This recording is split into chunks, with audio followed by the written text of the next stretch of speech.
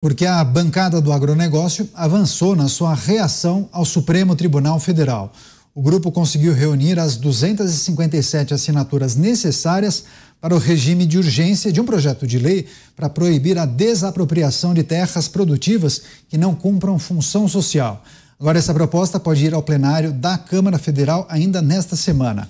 O presidente da frente, Pedro Lupion, é o fiador da ofensiva contra uma decisão da Corte que autorizou esse tipo de desapropriação. Interlocutores dizem que a bancada do agro tentará convencer o presidente em exercício da Câmara, Marcos Pereira, a votar o projeto de forma imediata, mesmo sem a presença de Arthur Lira.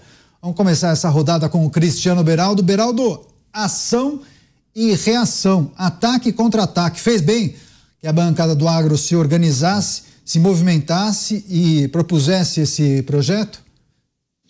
Não, fez bem, né? E isso tem que servir de exemplo para outros temas que estão sendo decididos pelo Supremo Tribunal Federal, a revelia do Congresso Nacional, que são os representantes eleitos pela população brasileira para legislarem. Não podem se omitir, não podem assistir simplesmente outras instâncias, outros poderes, passando por cima das funções que cabem ao Legislativo. A bancada do agro é uma bancada muito organizada, ela tem vários tipos de monitoramento, ela consegue acompanhar o que está acontecendo nos tribunais e ela consegue ser mais ágil, mais rápida ao propor reações. E agora está fazendo essa pressão em cima do presidente em exercício da Câmara, Marcos Pereira, para que não se perca tempo com um assunto que é muito sério.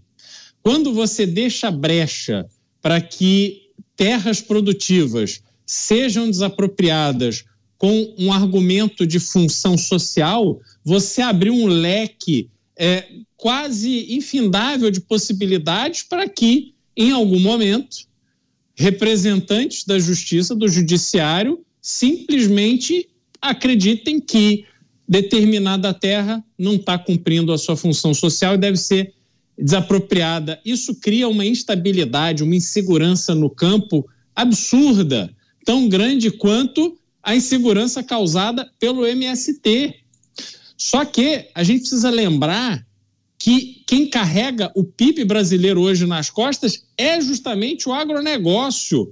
Como é que pode o setor que mais está entregando resultado na economia brasileira sofrer tantos ataques? Isso é inaceitável, isso é inconcebível. Mostra um Brasil que caminha a passos largos para trás, que nada contra a corrente, que quer sempre criar problema para aqueles setores que vão avançando, apesar das dificuldades que desnecessariamente lhes são impostas. Então, acho que esta iniciativa vai ser uma iniciativa que servirá de exemplo para outras que o Congresso tem que tomar em relação a drogas, em relação a questões das terras indígenas e uma série de outras coisas que estão correndo solto nas mãos do Judiciário. É isso, o projeto de lei para proibir a desapropriação de terras em destaque aqui com os nossos comentaristas. Roberto Mota também queria pedir sua análise e avaliação. É o agro se movimentando em relação a algumas pautas que vêm sendo analisadas pelo Supremo Tribunal Federal. Você acha que, ampliando esse debate, há um movimento para penalizar quem prospera e quem produz também? Não há dúvida, Daniel. Esse é o tema que está como pano de fundo de tudo isso, a demonização da propriedade e da prosperidade. Eu não acho que o movimento do agro seja contra ninguém. Pelo contrário, eu acho que é um movimento a favor.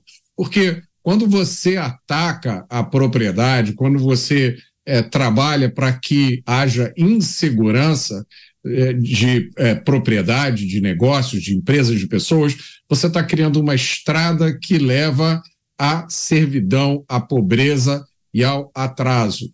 Direito de propriedade nunca foi uma coisa muito sólida aqui no Brasil. Tem essa história da função social da propriedade. Se a sua propriedade não tiver função social, você pode perder.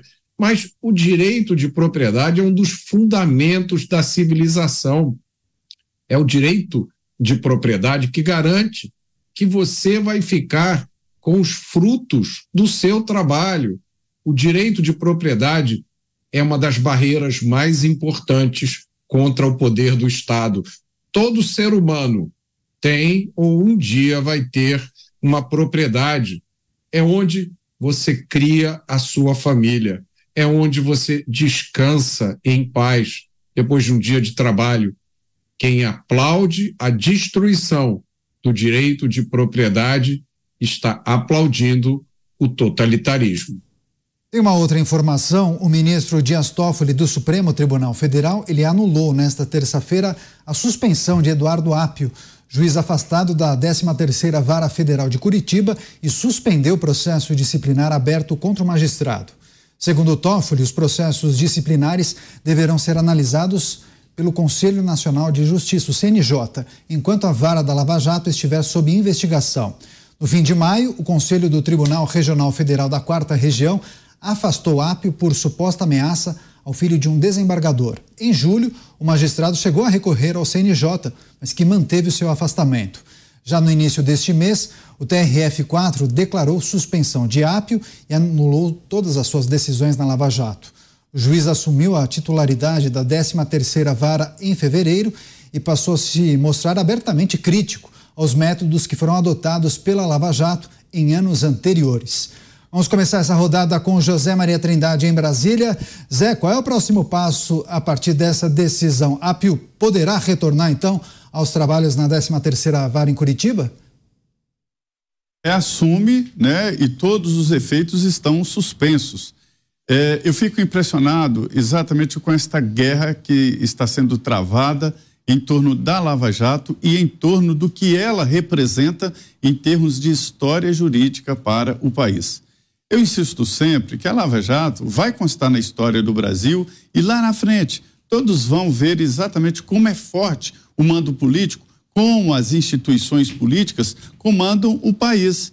E houve um grupo de juízes, procuradores, policiais federais, peritos da Receita Federal que foram muito importantes nesse processo e um grupo de pessoas que ousou fazer justiça no país. E não é justiçamento, usar a legislação possível ali nas mãos para investigar poderosos. Aí é que é a grande diferença. A Lava Jato usou a lei para colocar na cadeia a mão que paga, que compra deputados, senadores corruptos. E houve, inclusive, uma exportação do modelo. O Brasil exportou corrupção. E em alguns países, ex-presidentes da República até se suicidaram ou se foram para a cadeia diante da evidência da corrupção. Ensinaram como corromper. As empresas que pagavam deputados e senadores cresceram porque foram direto nos cofres públicos buscar dinheiro. E a Lava Jato mostrou isso. Aí houve uma reação do mundo político. Houve uma reação. Esse debate nos bastidores era muito forte. A deixa era, estão criminalizando a atividade política. Não era criminalização da atividade política, era cobrança legal de corrupção, era cobrança legal de tomada do Estado de uma maneira nunca vista. E agora é isso que está em debate. O ministro do Supremo, Dias Toffoli, analisou recentemente, ele fez uma decisão, assinou uma sentença que muitos comentam aqui sobre a impropriedade dele fazer uma defesa tão forte assim do presidente Lula e das investigações. Então, esse é um processo e o juiz volta à Lava Jato como se nada tivesse acontecido e o CNJ é que vai exatamente fazer esse julgamento. Legalmente é o correto. O CNJ, o Conselho Nacional de Justiça, foi criado para substituir o que seria o controle externo do judiciário. É o CNJ que faz exatamente esse controle.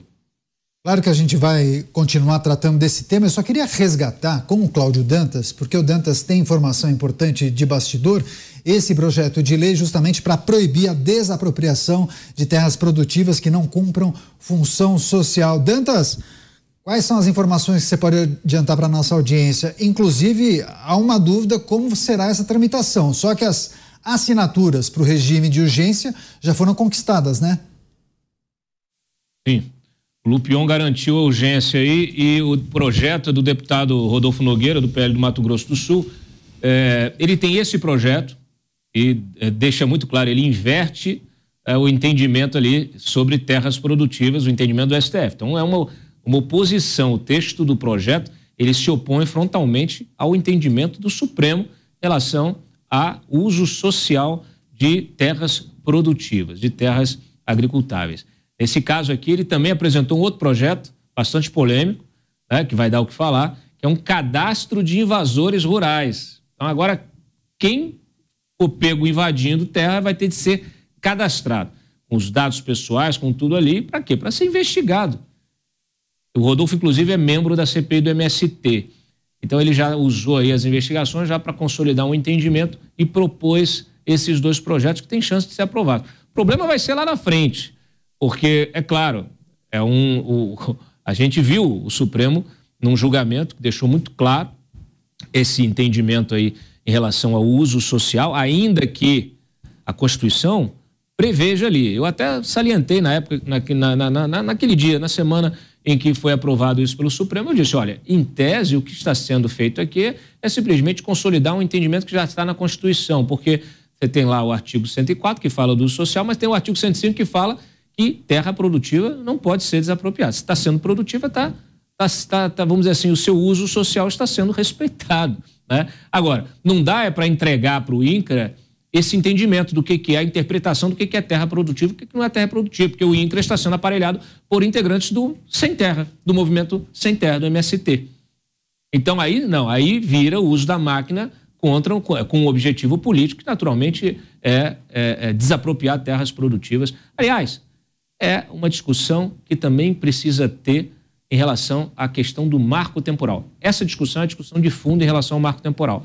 A mesma frente aí do agro, que está se mobilizando para tentar reverter a decisão do STF, está também se mobilizando para tentar impedir, né, que se aprove o marco, que se aprove lá que se rejeite, na verdade, o entendimento do marco temporal lá no Supremo, justamente por quê? Porque eles fazem, a FPA fez inclusive uma estimativa de que se for realmente aprovado do jeito que está o entendimento do Supremo, a gente vai ter uma perda aí, um impacto, uma perda de 1,5 milhão de empregos no setor do agronegócio. Aí eu vi até algumas publicações de esquerda questionando esse número, mas esse número significa um efeito cascata, porque a cadeia do agronegócio, a cadeia de produção do agronegócio, ela é muito ampla.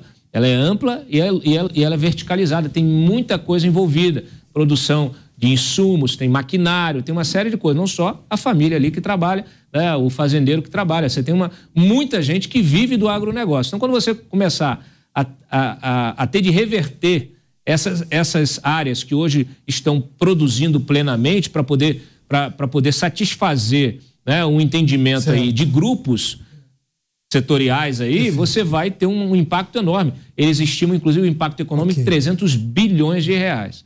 E só para fechar aqui o comentário, Daniel, em relação a isso, comercial, vamos lá. Muita gente não entende que esse assunto, muita gente não entende que você tem, lá no Mato Grosso, por exemplo, você tem indígenas que são produtores rurais, que têm imensas áreas de produção, que inclusive sofrem para obter crédito agrícola, porque eles não estão enquadrados como possíveis beneficiários do crédito agrícola. Então é um assunto realmente bastante espinhoso que vai dar o que falar.